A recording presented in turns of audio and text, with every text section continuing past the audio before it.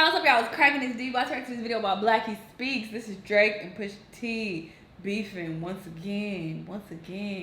Why? What is there to beef about? Like, it should have already been deaded after the first incident. What else is there to talk about? I'm confused at this point, but sure. Let's see why they're at it again. Let's what? Now, Drake and Pusha T, once again, this beef has once again gotten reignited. This time, though, there is actually one person who's kind of in the middle of this battle, which is the part I really don't like about their feud catching fire once again. The worst part is that person isn't even here with us anymore. But let's not get ahead of ourselves. I do have a couple things to say about this. So yeah, let's talk about it. Now, the other day, a new Pop Smoke album got released. The album is titled Shoot for the Stars, Aim for the Moon, and it's the first posthumous project that's gotten released under Pop's name. And oops, I almost forgot, you can't say Pop without adding the smoke, so there you go. But there was this song that was supposed to be on the album titled Paranoia that leaked the other day. Paranoia features Pusha T, Gunna, and Young Thug. For some reason, the song didn't make it to the album. I don't know why. However, that's not the point here. On his verse on the song, though, Pusha T actually threw some shots at Drake, which of course means the beef between him and Drizzy just got sparked once again. Let's really quickly peep some of the bars from the track and connect it to Drake. He starts off the verse by saying, "You know reality bites, it's chess, not checkers. Those empty threats only sound good on your records. If the pot wise is not followed by a blocker, it's like Mark for Death Screwface without the chopper. Let him rush the stage when you made like Sinatra, only to hide the blade flying back through La Guardia. I might even buy a home out in Mississauga. All my walls have scrawls of, I'm not even gonna try to pronounce that. Let's move on to the next line. Many dolls that are sprawled, they my ill nanas. Make a call, she gon' crawl, bad gal patra. I'm involved and absolved, I am Godfather, hush." Now the empty threats part is a reference to this. Wishing death on my friend that has MS. I study rap battles for a living.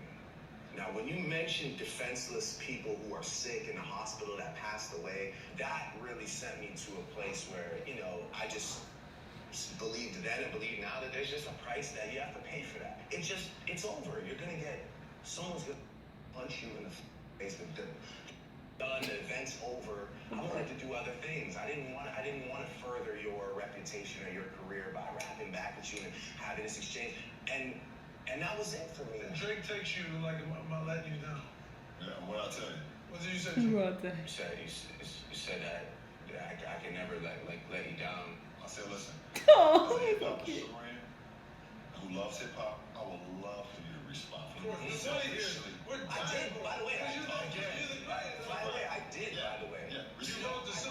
Yeah. I said terrible. That right there was something Drake had to say in regards to Pusha T throwing shots at 40, which is of course Drake's friend and in-house producer on the story of ID Don. As a response to this, Pusha T posted some laughing emojis, not taking any of Drake's threats seriously, and that's what he's referring to on the verse. And then as far as the let him rush the stage part of the record, that's a reference to an incident that happened back in 2018 after his beef with Drake when Pusha T was performing in Toronto and someone tried to attack him on stage. That someone got injured in a knife attack, all because he tried to attack Pusha T on stage, and that's what he's referring to on that part when he says, blade. And then on the I might even buy a home in Mississauga part, that's obvious. I'm gonna buy a house in your city as a way to disrespect you. And then that, of course, directly relates back to the empty threats part. I'm buying a home in your city, that's how little I'm afraid of you. Now, that's pretty much all there is to it. Clearly, this was aimed at Drake. As we speak, though, there's two people who are right in the middle of this battle. The first one is Pop Smoke, because Pusha T dissed Drake on a song that was supposed to be on his posthumous album. And then the second person is Young Thug. Thug posted this Instagram story where he was making it very clear that he did not rock with that Pusha T verse. Obviously, Thug is doing this because he's friends with Drake.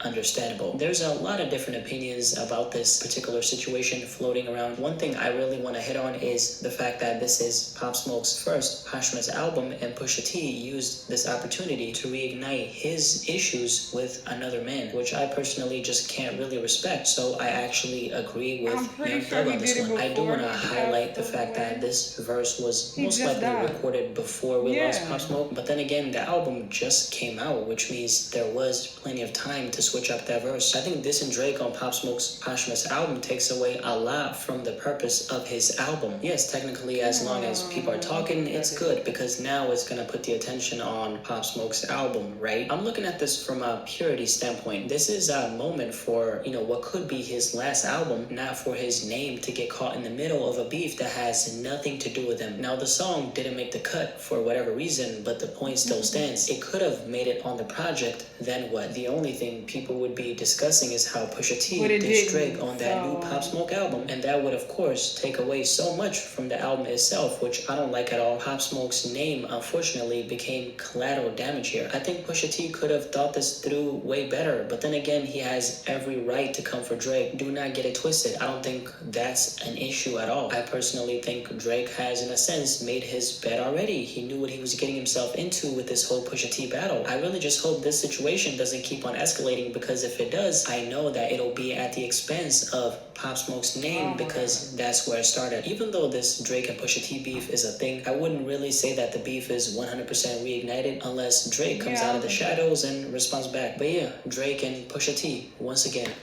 Okay, yeah, I highly doubt Drake will say anything. First off, it didn't even make it to the album.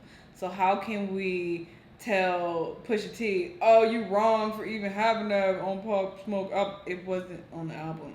So they probably decided after he passed away, like, hey, we're not going to use this particular song. Probably not that good. I don't know. I haven't listened to it. But maybe they was like, it's not that good. And Pusha T made this comment, we don't want no beef, so we just going to, X that song. So why would he do a verse on a song that was X if that was the case? Like, we don't know what happened. So that's the thing that I can't stand when people speculate so hard about certain things when it's like we don't have all the fucking details. So it's like, how can we say, oh, they shouldn't have done this or he shouldn't have said this or that? We don't know, So I'm not faulting Pusha T at all. I'm glad he explained it because I was confused when he just read it. I'm like, what? I would have never known. If that song was on the album and I heard it, I would have never knew that it was actually a Drake diss at all. But, sure, it's not on the album.